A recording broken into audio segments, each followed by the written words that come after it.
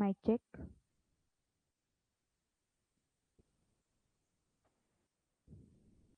चलो,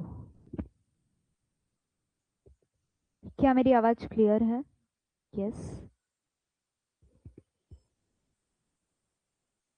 mic set है।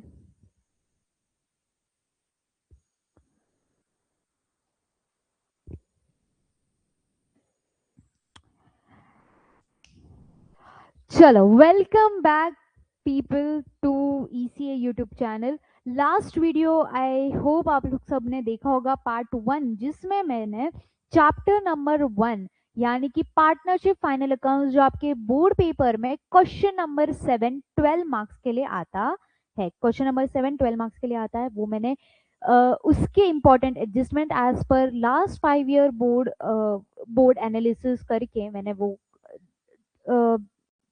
.7 adjustments निकाले थे जो आपके लिए इंपॉर्टेंट है। यानी कि इतने तो आपको करके जाने, साथ में हमने ये एडजस्टमेंट्स की क्या क्या इफेक्ट जाएंगे वो सारे हमने देखे थे। ओके, आज हम करने वाले as promised I am your with chapter number 2 के last 5 year board paper analysis के साथ, जहां पे chapter number 2 that is non for profit organisation, या फिर हम बोल सकते हैं charity, charitable organisation, trust, NGOs, इनके ऊपर के क्वेश्चंस के important adjustment. Okay, again point to be noted, question number 7 जैसे कंपलसरी क्वेश्चन है 12 मार्क्स का, similarly question number 6 is a compulsory question 12 marks के लिए, which is based on your chapter number 2। इसका कोई भी अदर ऑप्शन नहीं है कि आप ये चैप्टर स्किप कर सकते हो। अगेन इंपॉर्टेंट हो जाता है ये चैप्टर, बिकॉज कोई भी ऑप्शन नहीं आने वाला है।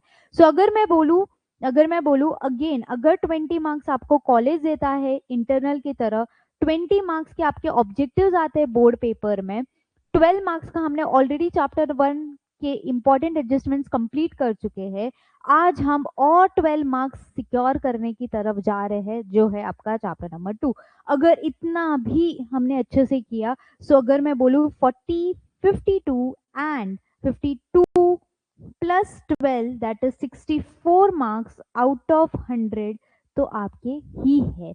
ओके, सो 64 मार्क्स, सो फेल होने का क्वेश्चन ही नहीं आता है अगर आप एटलीस्ट इतने एडजस्टमेंट्स करके जा रहे हो। एंड बिकॉज लास्ट 5 इयर्स में सेम एडजस्टमेंट्स आए, सो आई फील इसके बाहर कुछ भी नहीं आएगा, या चांसेस बहुत कम है कि इसके बाहर कुछ आए। चलो स्टार्ट करते हैं। अगेन जैसे मैंने बोला, question number 6 12 marks compulsory question, chapter number 2 not for profit organisation. अब नॉट फॉर प्रॉफिट ऑर्गेनाइजेशन और जो भी हम बिजनेस वाले ऑर्गेनाइजेशन होते हैं, उनमें एक डिफरेंस होता है। क्या मेन डिफरेंस है कि बिजनेस वाले ऑर्गेनाइजेशन काम करते हैं मेन एम के साथ प्रॉफिट कमाना, but not for profit organisation profit के लिए काम नहीं करते। इसलिए बिकॉज ये लोग का मेन एम प्रॉफिट कमाना नहीं होता है, इसलिए यहाँ पर हम हमारे रेगुलर वाले फाइनेंशियल स्टेटमेंट्स नहीं बनाते, यानी कि P&L अकाउंट, यानी कि profit and loss account, trading account, balance sheet, ये हम बनाते हैं क्या? यहाँ पे नहीं बनाते, बिकॉज ये बिजनेस ऑर्गेनाइजेशन नहीं है।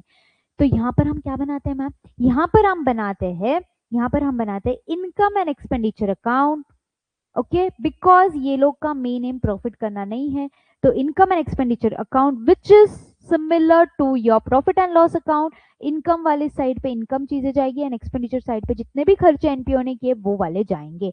एंड दूसरा, बैलेंस शीट की जगह हम क्या बनाते हैं? बैलेंस शीट की जगह हम क्या बनाते हैं? बोलो, बैलेंस शीट की जगह हम क्या बनाते हैं? बताओ बताओ बताओ। अगर आप लोग ने अभी तक पढ़ा है तो बैलेंस शीट की जगह पे हम बैलेंस शीट ही बनाते हैं। ओके, बस क्या चेंज होता है? हमारा चेंज होता है income and expenditure account. Balance sheet की जगह हम बैलेंस शीट ही बनाते हैं। बस इसमें एक अकाउंट हमारा ऐड हो जाता है, इसमें एक हमारा अकाउंट ऐड हो जाता है जिसको हम बोलते हैं रिसीट्स एंड पेमेंट अकाउंट। ये आप देख सकते हो, रिसीट्स एंड पेमेंट अकाउंट जो हमें क्वेश्चन में 99.99% टाइम्स दिया होता है, एंड जिसके बेसिस पे हम रिसीट्स एंड पेमेंट अकाउंट, जिसके बेसिस पे हम बनाते हैं income and expenditure account and हमारी balance sheet. Okay, so to conclude I can say कि अगर आप एक नॉट फॉर प्रॉफिट ऑर्गेनाइजेशन का क्वेश्चन सॉल्व कर रहे हैं तो आपको क्या क्या चीजें बनानी है, आपको बनाना income and expenditure account and balance sheet. Okay, बच्चों को लगता है कि नॉट फॉर प्रॉफिट ऑर्गेनाइजेशन है इसलिए यहाँ पर बैलेंस शीट नहीं बनेगा, बनेगा बैलेंस शीट, बिकॉज प्रॉफिट या लॉस नहीं दिखाता, बैलेंस शीट आपकी फाइनेंशियल पोजीशन दिखाता है, correct. But profit and loss account आप प्रॉफिट में हो कि लॉस में हो ये बताता है, जो यहाँ पर नहीं होगा बिकॉज ये इनका मेन एम प्रॉफिट कमाना नहीं है, इसलिए यहाँ पर हम बनाते हैं इनकम एंड एक्सपेंडिचर अकाउंट, जिसका रिजल्ट हमें मिलता है या तो सरप्लस में या तो डेफिसिट में। यानी कि अगर आपकी इनकम ज्यादा है आपके खर्चे से तो हम बोलेंगे कि वो एनपीओ को या वो एनजीओ को सरप्लस हुआ है। सरप्लस यानी कि हमने बजट में 3 टाइप पढ़े, सरप्लस, डेफिसिट, बैलेंस, यानी कि ज्यादा ज्यादा हमने कमाया रादर देन हमने खर्चा किया। एंड वाइस वर्सा, अगर आपके खर्चे ज्यादा है और आपकी इनकम कम है तो हमें जो रिजल्ट मिलता है वो होता है डेफिसिट। ओके, क्लियर है यहाँ तक? चलिए स्टार्ट करते हैं क्विक एडजस्टमेंट्स के साथ जो लास्ट ईयर 5 ईयर पेपर के हिसाब से है। फर्स्ट बार बार मुझे हर पेपर में दिखाई दिया है आउटस्टैंडिंग एक्सपेंसेस। आउटस्टैंडिंग एक्सपेंसेस में वेजेस, सैलरीज एंड रेंट, इनका क्या करना है, इनके दो इफेक्ट, अगेन बिकॉज ये एडजस्टमेंट है इनके दो इफेक्ट जाएंगे। Outstanding expenses similar to your partnership accounts, आप क्या करोगे, आउटस्टैंडिंग यानी कि वो खर्चा अभी तक हमारा देना बाकी है, वो खर्चा अभी तक हमारा देना बाकी है, यानी कि वो हमारी लाइबिलिटी है। सो पहला इफेक्ट तो वो लाइबिलिटी साइड में जाएगा, एंड दूसरा इफेक्ट हम उसको लेकर जाएंगे, दूसरा इफेक्ट हम वो खर्चे में उसको क्या कर देंगे, ऐड कर देंगे। So income and expenditure account के एक्सपेंडिचर साइड में हम वो खर्चे को ऐड कर देंगे जो भी आउटस्टैंडिंग खर्चा है, एंड दूसरा हम बैलेंस शीट के लाइबिलिटी साइड पर उसको लिख देंगे। इजी सिंपल, यहाँ पे सिर्फ प्रॉफिट एंड लॉस अकाउंट नहीं आएगा, यहाँ पे इनकम एंड एक्सपेंडिचर अकाउंट आएगा, इवन दो एडजस्टमेंट के इफेक्ट सेम है। नेक्स्ट हमारा आता है capitalisation of entrance fees. Now what is capitalisation? Capitalise करना मतलब वो पर्टिकुलर खर्चे को इनकम एंड एक्सपेंडिचर से निकाल कर बैलेंस शीट की तरफ जाना या बैलेंस शीट में डालना। सो अगर मैं बोल रही हूँ कैपिटलाइजेशन, जब भी आपको ये वर्ड दिखेगा कैपिटलाइजेशन, तो आपको क्या करना है, वो पर्टिकुलर खर्चे को, अगर आपको वो खर्चा इनकम एंड एक्सपेंडिचर अकाउंट में दिया हुआ है तो वहां से उसको उतना माइनस करोगे एंड उतनी ही अमाउंट आप आपके कैपिटल फंड में ऐड करोगे। अब ये कैपिटल फंड आपको कहां से मिलेगा, ये आपको क्वेश्चन में दिया होगा कैपिटल फंड, ये आपको ढूंढना पड़ेगा, दोनों में से कोई भी चीज हो सकता है। बट अगर दिया हुआ है कैपिटल फंड कहाँ पे आता है मैम, कैपिटल फंड आता है बैलेंस शीट की लाइबिलिटी। जैसे हमारे पार्टनरशिप अकाउंट्स में या फाइनल अकाउंट्स में हम लोग क्या करते हैं, हम कैपिटल बोलते हैं, राइट, कैपिटल लाइबिलिटी साइड। वैसे ही एनजीओ में कैपिटल ना बोलते हुए हम कैपिटल फंड बोलते हैं। Y fund? बिकॉज वो पैसा हमें हमारे पर्सनल पर्पस या प्रॉफिट पर्पस के लिए नहीं यूज करना है, वो पैसा हमको as a donation, as a subscription अच्छे काम के लिए मिल रहा है जो हम एनजीओ पर्पस के लिए यूज करोगे, करेक्ट। सो इसलिए कैपिटलाइजेशन ऑफ एंट्रेंस फीस या मेंबरशिप फीस, ये दो चीज मेरे को मिले हैं, इसको हम क्या करेंगे, बहुत सिंपल है, उसको हम इनकम एंड एक्सपेंडिचर अकाउंट में से उतना डिडक्ट करेंगे अमाउंट यानी कि माइनस, एंड उसी को हम बैलेंस शीट के लाइबिलिटी साइड पर यानी कि ऐड करेंगे टू कैपिटल फंड। कहाँ ऐड करेंगे, ऐड टू कैपिटल फंड, इसको बोलते हैं capitalisation. So in simple words capitalisation is nothing but adding that amount to your capital fund is known as capitalization। जब भी हम कोई भी एक्सपेंस को बैलेंस शीट की तरफ ले जाते हैं उसको हम बोलते हैं कैपिटलाइज करना। आई होप अभी तक हमारे दो एडजस्टमेंट्स क्लियर है। Third adjustment again same similar, depreciation of furniture. Depreciation बहुत सिंपल है, क्या करोगे ये तो मैंने बताना भी नहीं चाहिए। इनकम एंड एक्सपेंडिचर में डेबिट साइड यानी कि यहाँ पे एक्सपेंडिचर साइड पर आप लिख दोगे एंड उतनी अमाउंट आप बैलेंस शीट के असेट में से क्या कर दोगे, माइनस कर दोगे। ओके, बैलेंस शीट के असेट में से उतनी अमाउंट माइनस कर दोगे। I hope this is clear. तो अभी तक हमने 3 एडजस्टमेंट्स कंप्लीट कर दिए, पहला outstanding, second is capitalisation and third is depreciation. Fourth अरे बाप रे, फोर्थ सबका डर, subscription. Now what is subscription ma'am, पूरे चैप्टर में एक ही चीज से डर लगता है, वो है सब्सक्रिप्शन पे थोड़ी देर से बात करेंगे, पहले सारे बाकी के एडजस्टमेंट्स कंप्लीट कर लेते हैं एंड फिर आराम से थोड़ा सा 5 मिनट्स का हम इन डेप्थ सब्सक्रिप्शन पे डिस्कशन करेंगे, जिससे जिससे आपका सब्सक्रिप्शन वाला कॉन्सेप्ट पूरी की पूरी तरह क्लियर हो जाएगा. So keeping aside subscription for few minutes, let's go on to other adjustment, that is receipts in arrears. Now what is receipts in arrears? नाम सिर्फ बहुत भारी दिया है. This is nothing but outstanding. This is nothing but outstanding. Arrears का मतलब है अभी तक नहीं देना. अरियर्स का मतलब है अभी तक दिया नहीं है, देना बाकी है. रिसिट्स इन अरियर्स मतलब हमारा लेना बाकी है, यानी कि क्या है? आउटस्टैंडिंग. पहला वाला एडजस्टमेंट भी आउटस्टैंडिंग था, ये फिफ्थ वाला एडजस्टमेंट भी आउटस्टैंडिंग का ही है, सिर्फ नाम इन्होंने बदल दिया, रिसिट्स इन अरियर्स डाल दिया. सो अगर कोई भी एक्सपेंस, कोई भी इनकम बेसिकली सब्सक्रिप्शन हो, कोई भी डोनेशन हो, ये हमें आना चाहिए बट अब तक आया नहीं है, तो हम इसको बोल सकते हैं आउटस्टैंडिंग. हमें मिलना चाहिए था बट अभी तक मिला नहीं है. सो इसका एडजस्टमेंट क्या होगा? पहली बात, वो जो भी रिसिट्स है, यानी कि जो भी इनकम है, उसमें हम उसको क्या कर देंगे? उसको हम उसमें ऐड कर देंगे. एंड दूसरा, ये हमारा हक है ये लेना, तो ये हमारा क्या हो जाएगा? असेट हो जाएगा. ये हमारा हो जाएगा असेट, जिसको हम बैलेंस शीट में लिखेंगे. Okay, so receipts and arrears का दो ये आ जाएगा कि ये वो इनकम है जो हमारा आना बाकी है. रिसिट्स इन अरियर्स मतलब लेना बाकी है. सो इसके दो इफेक्ट कौन से जाएंगे? एक, आप वो इनकम है जहां पर ये जो भी इनकम है, suppose picnic receipts are in arrears, तो पिकनिक रिसिट्स में उतने अमाउंट ऐड कर दोगे कि ये आना बाकी था, तो ये साल की इनकम है. एंड उतना ही, बिकॉज ये हमारा असेट है, ये हमारा हक है, तो इसको हम असेट साइड पर, बैलेंस शीट के असेट साइड पर डाल देंगे. Okay, clear. Next, expenses are in domestic use. Again, domestic का मतलब होता है पर्सनल पर्पस. डोमेस्टिक का मतलब क्या होता है? Personal purpose. सो क्या मैं इसको बोल सकती हूँ? दिस इज नथिंग बट मेरे ड्रॉइंग्स. क्या है ये? मेरे ड्रॉइंग्स. करेक्ट. अब ड्रॉइंग्स है, कहाँ कहाँ जाएंगे? एक आपके बैलेंस शीट में, जैसे हम हमारे बिजनेस प्रॉफिटेबल ऑर्गेनाइजेशन की बैलेंस शीट वगैरह बनाते हैं, वहां पे हम ड्रॉइंग्स को कैपिटल में से माइनस करते हैं. सिमिलर वे में यहाँ पर हम कैपिटल फंड में से इसको क्या करेंगे? माइनस करेंगे. ड्रॉइंग्स को कैपिटल फंड में से माइनस करेंगे. कितना पैसा हमने एनजीओ से निकाला है हमारे खुद के पर्पज के लिए, तो उतना कैपिटल फंड हमारा क्या हो गया है? उतना कैपिटल फंड हमारा कम हो गया है.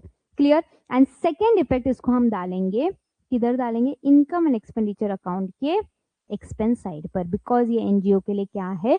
एक्सपेंस है. लेट मी चेक, आवाज क्लियर है एक बार?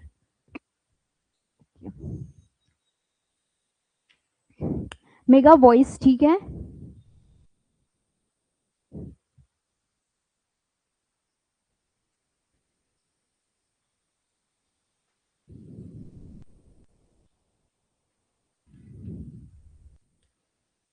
यस, क्लियर है. चलो let's go continue. So income and expenditure account के एक्सपेंस साइड पर डालेंगे, बिकॉज ये हमारा क्या है? एक्सपेंस है. नेक्स्ट, सेवेंथ है stock of drugs. Stock of drugs is nothing but, आप बोल सकते हो क्लोजिंग स्टॉक. क्या है? Closing stock. सो क्लोजिंग स्टॉक का बहुत सिंपल सा इफेक्ट है. बैलेंस शीट के असेट साइड पर आप लिखोगे. ओके, बैलेंस शीट के असेट साइड पर स्टॉक ऑफ ड्रग्स. एंड अगर ड्रग्स आपको, अगर मैं इसको और इलेबोरेट करूं, ड्रग्स आपको रिसिट्स एंड पेमेंट अकाउंट में दिया हुआ है पेमेंट साइड पर, सो आपको इनकम एंड एक्सपेंडिचर साइड पर आप लिखोगे इसको. कहाँ पे?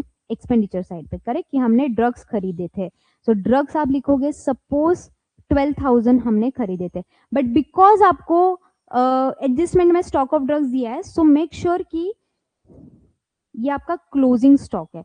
सो उतना आप क्या करोगे? क्लोजिंग स्टॉक माइनस करोगे. Add purchases less closing stock, and वो बाहर साइड आएगा. देखो, add opening stock less closing stock. Okay, so ये आपका क्या हो जाएगा? बाहर साइड जो आएगा वो आपका बचेगा परचेजेस, जितना वो साल में हमने परचेज किया है. सो जितना भी परचेज किया है वो आपके एक्सपेंडिचर साइड में आना चाहिए, बट जो भी क्लोजिंग स्टॉक है, क्लोजिंग स्टॉक वो आपके बैलेंस शीट के असेट साइड में दिखना चाहिए. Okay, so income and expenditure side में सिर्फ उतना ड्रग्स का अमाउंट दिखना चाहिए जो आपने वो साल में एक्स्ट्रा खरीदा है. स्टॉक नहीं दिखना चाहिए. इनकम एंड एक्सपेंडिचर में स्टॉक नहीं दिखता है. स्टॉक हमारा असेट है, बट जितना आपने वो साल परचेज किया है, जितना आपने खर्चा किया है वो खरीदने के लिए, सिर्फ उतना खर्चा आपके इनकम एंड एक्सपेंडिचर अकाउंट में एक्सपेंस साइड पर दिखना चाहिए. बचा हुआ आपके बैलेंस शीट के असेट साइड में जाएगा. बचा हुआ इन सेंस जो हमें ये स्टॉक ऑफ ड्रग्स का अमाउंट दिया होगा वो आपके बैलेंस शीट असेट साइड में जाएगा, और यहाँ पे वो क्या हो जाएगा? माइनस हो जाएगा, because this is a debit effect. Correct. यहाँ पे इसको हम क्या करेंगे, माइनस करेंगे, यानी कि वो क्रेडिट इफेक्ट हो जाएगा। क्लियर। सो क्लोजिंग स्टॉक हम क्या करेंगे, माइनस करेंगे। हम पढ़ के आए opening stock plus purchases minus closing stock is वो चीज, तो ये सेम एडजस्टमेंट इधर आएगा। नेक्स्ट आता है 50% of donations of building fund to be treated as income. Simple है, 50% of donations of building fund to be treated as income. यहाँ पे आपको बिल्डिंग फंड भी दिया रहेगा, ठीक है। बिल्डिंग फंड में आपको सपोज टोटल अमाउंट दी हुई है कि सपोज 1000 रुपए, ओके। अब ये आप लोग के जाता है बैलेंस शीट साइड पे, फंड है बिकॉज, ठीक है, फंड है तो हमारी लाइबिलिटी है, सो ये आपके जाएगा 1000 रुपए बैलेंस शीट की लाइबिलिटी साइड पे। बट वो बोल रहे इसमें से जो बचे हुए डोनेशन है वो आपको इनकम दिखाना है, उसको हमको बैलेंस शीट में या फंड में नहीं दिखाना है। सो उतना जितना भी परसेंटेज ऑफ अमाउंट वो बोल रहे कि हम उनको इनकम ट्रीट करेंगे, आप यहाँ से उसको माइनस कर देंगे, सपोज 50%। सो 500 रुपीज आप यहाँ से माइनस करोगे एंड उसको कहाँ पे लिखोगे, आप लिखोगे इनकम एंड एक्सपेंडिचर अकाउंट के इनकम साइड पर आप उसको लिख दोगे कि donations, building fund donations, okay 500। Clear है यहाँ तक? बहुत सिंपल से एडजस्टमेंट है कि आपको यहाँ से बिल्डिंग फंड में से निकाल के उसको इनकम साइड में डालना है, ओके। यही चीज अगर हम उसको इनकम एंड एक्सपेंडिचर से निकाल के बिल्डिंग फंड में ऐड करते तो इसको ही हम बोलते कैपिटलाइजेशन। बट यहाँ पे हम उल्टा कर रहे हैं, हम कैपिटलाइज नहीं कर रहे हैं, हम इसको उल्टा कर रहे हैं। हम कैपिटल मतलब ऑलरेडी जो बिल्डिंग फंड में एडेड है बैलेंस शीट से निकाल कर हम उसको हमारे इनकम एंड एक्सपेंडिचर अकाउंट में लेकर जा रहे हैं। 9th है last, find closing capital fund and building fund. अब आपको ये ऐसा टेबल दिखेगा जहां पर आपको, अब ये टेबल में मीन क्या है, अब अगर देखोगे फर्नीचर एंड बुक्स ये आपकी असेट्स है नॉर्मली, ओके।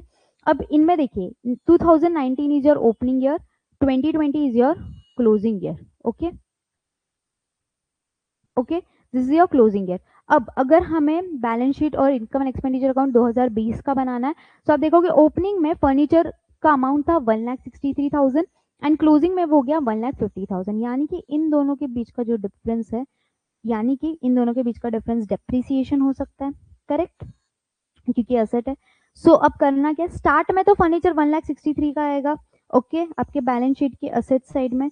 बट जैसे दो कॉलम होते हैं, बाहर साइड कितना आना चाहिए, बाहर साइड आना चाहिए 1,50,000, मतलब जो भी बचा हुआ है वो आपका क्या माना जाएगा, डेप्रीसिएशन। तो डेप्रीसिएशन ये हिडन एडजस्टमेंट हो जाएगा कि ये डेप्रीसिएशन है। क्लियर? सिमिलर वे होगा बुक्स के साथ। इसमें कुछ परचेजेस रहेंगे तो आप ऐड पहले करोगे परचेजेस एंड देन फिर माइनस करोगे डेप्रीसिएशन, ओके। यहाँ तक क्लियर है? एंड ये दोनों का क्या करना है, इसमें अगर कुछ भी नहीं बोला है, इसमें अगर कुछ भी नहीं बोला है, सो ये सेम अमाउंट हम अज्यूम करते हैं कि ये सेम चीज यहाँ पर भी होगी।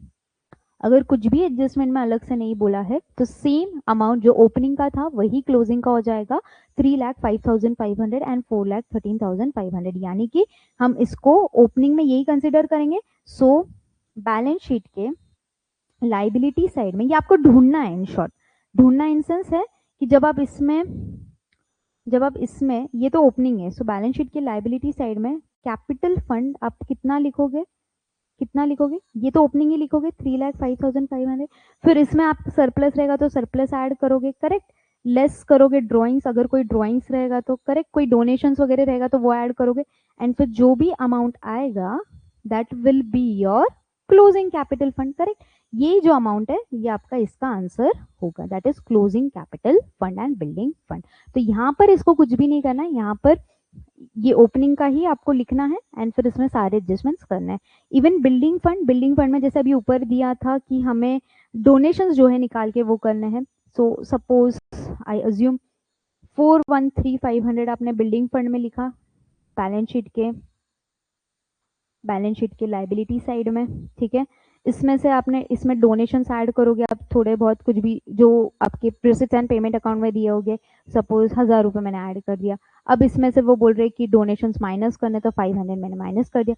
तो जो भी ये बाहर फिगर आएगा ये आपका क्या रहेगा, इसका आंसर, किसका, ये वाले का आंसर रहेगा, दैट इज क्लोजिंग वाला, ओके। सो इसका कुछ भी नहीं करना है, वो क्वेश्चन मार्क आपको इसलिए दे रहे कि आपको ढूंढना है, ओके। तो यहाँ पर सिर्फ क्या ध्यान में रखना है, ये अगर सेम नहीं है तो इन दोनों का जो बीच का डिफरेंस है that is depreciation, that is a hidden adjustment, okay. So I hope यहां तक सबको क्लियर है। यहाँ तक सबको क्लियर है? सो 8 एडजस्टमेंट हमने अभी तक देख लिए, सिर्फ एक ही एडजस्टमेंट बाकी है विच इज सब्सक्रिप्शन, उस पर अभी हम बात करेंगे। एक मेरे को क्लियर करने तो इंपॉर्टेंट पॉइंट्स टू रिमेंबर, अगर कोई भी कैपिटल रिसिट है, कैपिटल रिसिट है, पैसा आया है तो हम उसको, रिसिट है उसके बदले हमको काम करना अभी तक बाकी है तो वो जाएगा, बिकॉज कैपिटल, कैपिटल मतलब balance sheet, so capital receipt है एंड उसके अगेंस्ट हमको काम देना अभी तक बाकी है, करना बाकी है, इसलिए वो हमारे बैलेंस शीट के लाइबिलिटी साइड जाएगा। फिर वो आपका बिल्डिंग फंड हो गया, डोनेशंस हो गए, जो कैपिटल डोनेशन से वो हो गए। अगर कैपिटल खर्चा कोई कर रहे हैं, okay, then again capital word है तो बैलेंस शीट में ही आएगा, बट कौन सा साइड आएगा? असेट साइड आएगा। ओके, अगर रेवेन्यू रिसिट है, रेवेन्यू कोई तो खर्चा रिसिट आया, पैसे आए तो वो आपकी इनकम साइड पे जाएंगे, okay, income and expenditure account के। अगर रेवेन्यू एक्सपेंडिचर है so again income and expenditure के एक्सपेंस साइड पर जाएंगे, ओके। बैंक को अगर ओपनिंग बैलेंस डेबिट है तो पॉजिटिव है, अगर क्रेडिट है तो उसको हम ओवरड्राफ्ट बोलते हैं, हम उसको लायबिलिटी साइड लिखते हैं। कैश बैलेंस, कैश बैलेंस को हमेशा हमेशा डेबिट बैलेंस, कैश हम नेगेटिव हो ही नहीं सकता, नेगेटिव कैश कैसे रखोगे ना, फाड़ के तो नहीं रखोगे नोट, तो कैश हमेशा पॉजिटिव होगा, दैट इज डेबिट बैलेंस होगा, बट बैंक आपका नेगेटिव जा सकता है, ओके। यहाँ तक क्लियर है? चलो यहाँ तक क्लियर है सबको। अब बढ़ते हैं आगे सब्सक्रिप्शन की तरफ, outstanding subscription and subscription received in advance, इस पे बात करेंगे। Outstanding subscription and subscription received in advance. Subscription,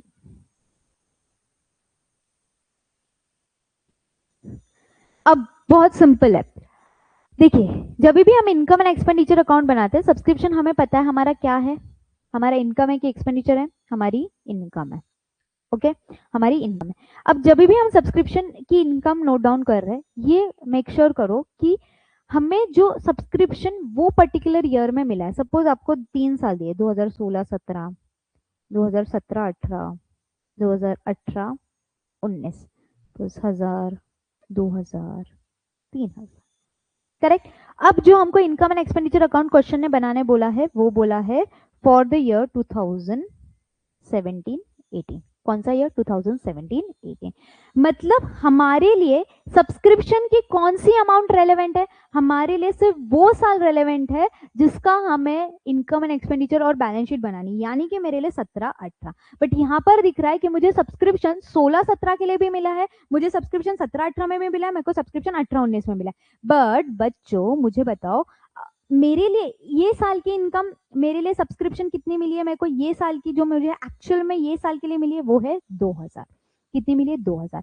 अब ये जो 16-17 की मुझे मिली है ना, ये मुझे इवन तो ये साल मिली है, बट क्या मेरी ये साल की इनकम है? वो नहीं है, वो मेरी पिछले साल की इनकम मुझे ये साल मिली है, यानी कि वो मेरे लिए क्या है? पिछले साल मैंने इसको कहाँ दिखाया रहेगा? पिछले साल मैंने इसको आउटस्टैंडिंग में दिखाया रहेगा, करेक्ट, आउटस्टैंडिंग में दिखाया रहेगा और उसको ऐड किया रहेगा, करेक्ट। तो ये साल मैं इसको क्या करूंगी? यहाँ पर माइनस करूंगी, यहाँ पर क्या करूंगी? माइनस करूंगी।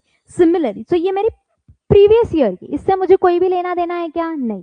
बट 18-19 की मेरी क्या है? एडवांस है, जो मुझे ये साल मिली है बट एक्स्ट्रा मिली है, इसकी अमाउंट में कम कर देती हूँ, 1000 कर देती हूँ वरना मैच नहीं होगा। ये मुझे क्या मिली है? एक्स्ट्रा मिली है। तो अब अगर ये मुझे एक्स्ट्रा मिली है, सो मुझे इसको क्या करना पड़ेगा? ये मेरी क्या हो जाएगी? ये मेरी क्या हो जाएगी? असेट हो जाए, सॉरी, ये मेरी हो जाएगी लायबिलिटी, ये मेरी हो जाएगी लायबिलिटी। क्यों? ये मुझे सामने वाले ने ऑलरेडी सब्सक्रिप्शन देके रखा है एडवांस में कि आप उसके बदले काम करोगे, मैं आज ही आपको फीस दे रही हूँ बट आप मुझे इसके बदले अगले साल ट्यूशन दोगे, तो मेरे लिए वो फीस अभी तक असेट नहीं बनी, वो मेरे लिए ना ही अभी तक इनकम बनी, वो मेरी क्या है? वो मेरी लायबिलिटी है, क्योंकि मुझे उसके बदले अभी तक काम करना बाकी है। बट जो पिछले साल का मुझे ये साल मिला है ना, वो अभी, वो पिछले साल मैंने मेरे इसमें दिखा दिया था आउटस्टैंडिंग में, वो खत्म हो गया। बट अब ये साल में मुझे जो अगले साल का एक्स्ट्रा पैसा मिला है, वो मेरे लिए बनेगी लायबिलिटी, वो मेरे लिए बनेगी लायबिलिटी, वो मेरे लिए असेट नहीं बनेगी, क्योंकि ये कॉन्सेप्ट को प्रीपेड और प्रीपेड के साथ मत जोड़िए, ना तो आप कंफ्यूज हो जाओगे। सब्सक्रिप्शन को प्रीपेड एक्सपेंस वगैरह वो हमारा खर्चा है, इसलिए हमने, अगर खर्चा हमने एक्स्ट्रा करके रखे हैं ना हम, तो हम उसको असेट में लिखते हैं। बट सब्सक्रिप्शन इज समथिंग जो एनजीओ को मिलता है, वो इनकम है। तो अगर मुझे ये साल में एक्स्ट्रा इनकम हुई है, तो एक्स्ट्रा इनकम यानी कि एडवांस में इनकम मिली है फॉर द नेक्स्ट ईयर, तो अभी तक मेरे लिए उसका काम देना बाकी है, उसका काम करना बाकी है, बट मुझे वो ऑलरेडी पैसा देके गया है, तो वो मेरे लिए असेट नहीं है, मेरी लाइबिलिटी है, बिकॉज मुझे उसने पैसा दे दिया, बट मेरे सर पे बोझा है, कर्जा है कि मुझे उसके बदले काम देना बाकी है, सो वो मेरी लाइबिलिटी होगी। सो हम हमेशा सब्सक्रिप्शन जो भी मुझे एडवांस में मिलता है, सब्सक्रिप्शन एडवांस में मिलता है, वो मेरी होती है लाइबिलिटी, वो मेरी होती है लाइबिलिटी।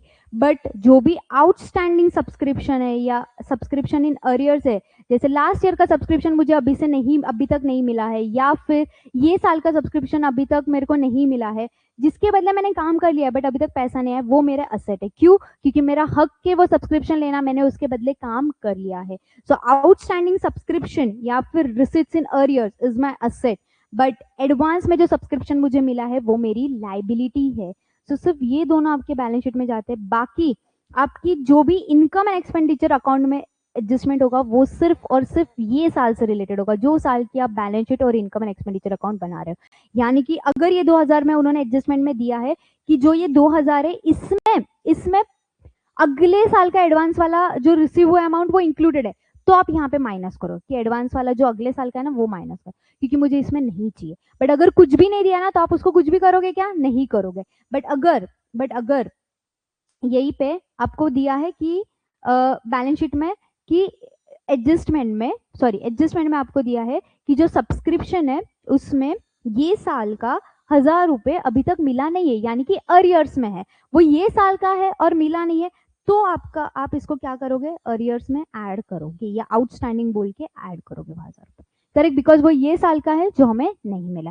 प्लस इसका दूसरा इफेक्ट कहाँ जाएगा? इसका दूसरा इफेक्ट जाएगा बैलेंस शीट के असेट में। क्यों? क्योंकि अभी तक ये मुझे मिला नहीं है, मैंने इसके बदले काम कर दिया बट ये मिला नहीं है। आई होप ये क्लियर होगा आप लोग को। सो सब्सक्रिप्शन बहुत इजी है। ध्यान रखना कि इनकम एंड एक्सपेंडिचर अकाउंट में सिर्फ और सिर्फ हमें जो साल की हम बैलेंस शीट या इनकम एंड एक्सपेंडिचर अकाउंट बना रहे हो सिर्फ वो ही एडजस्टमेंट्स आएंगे। अगर वो अमाउंट में कुछ भी पिछले साल का इंक्लूडेड है तो वो माइनस करोगे, अगले साल का इंक्लूडेड है वो माइनस करोगे, ये साल का कुछ पिछले साल मिला था तो उसको आप ऐड करोगे ऑब्वियसली। ओके, ये सब चीजें करोगे, बट सिर्फ वो पर्टिकुलर ईयर के ही आप एडजस्टमेंट्स करोगे इनकम एंड एक्सपेंडिचर में। उसके अलावा जो भी अगर आपको सब्सक्रिप्शन एडवांस में मिला है वही साल का, तो आपके लिए वो लाइबिलिटी, तो वो वहां पे आप ऐड कर दोगे। बट अगर कोई भी सब्सक्रिप्शन आपको एडवांस में मिला अगले साल का ये साल में, तो वो आपके लिए लाइबिलिटी है, ये याद रखिए। और अगर कोई भी सब्सक्रिप्शन आपको अभी तक मिला नहीं है, वही साल में अभी तक आपको मिला नहीं, तो वो आपकी असेट है, बिकॉज उसका आपका हक है। So that's all. यहाँ पर हमारा सब्सक्रिप्शन का एडजस्टमेंट कंप्लीट होता है। इसी के साथ चैप्टर नंबर 2 के इंपॉर्टेंट एडजस्टमेंट, सिर्फ 9 एडजस्टमेंट्स मुझे लास्ट 5 इयर्स रिपीटेटिव मिले हैं। यही है वो outstanding, depreciation, receipts in arrears, capitalisation, subscription. देखो सब्सक्रिप्शन तो आने ही वाला है, ओके, तो इसको अच्छे से करके जाना। इसके अलावा कुछ भी नया नहीं मिला है। सो प्लीज मेक श्योर कि आप इतने एडजस्टमेंट्स करके जा रहे हो। कोई भी डाउट रहेगा प्लीज कमेंट डाउन, डीएम आप डीएम कर सकते हो, कोई इशू नहीं है। And that's all from my side. Okay, कुछ भी रहा तो मुझे मैसेज करिए। नेक्स्ट वीडियो प्रोबेबली मैं ऑब्जेक्टिव्स क्वेश्चंस पे लेकर आऊंगी, या फिर देखते इशू ऑफ शेयर्स या चैप्टर नंबर 3 देखते, एंड जो भी होगा अपडेट मिल जाएगा। So that's all from my side. Signing off, CA Sejal Mitra.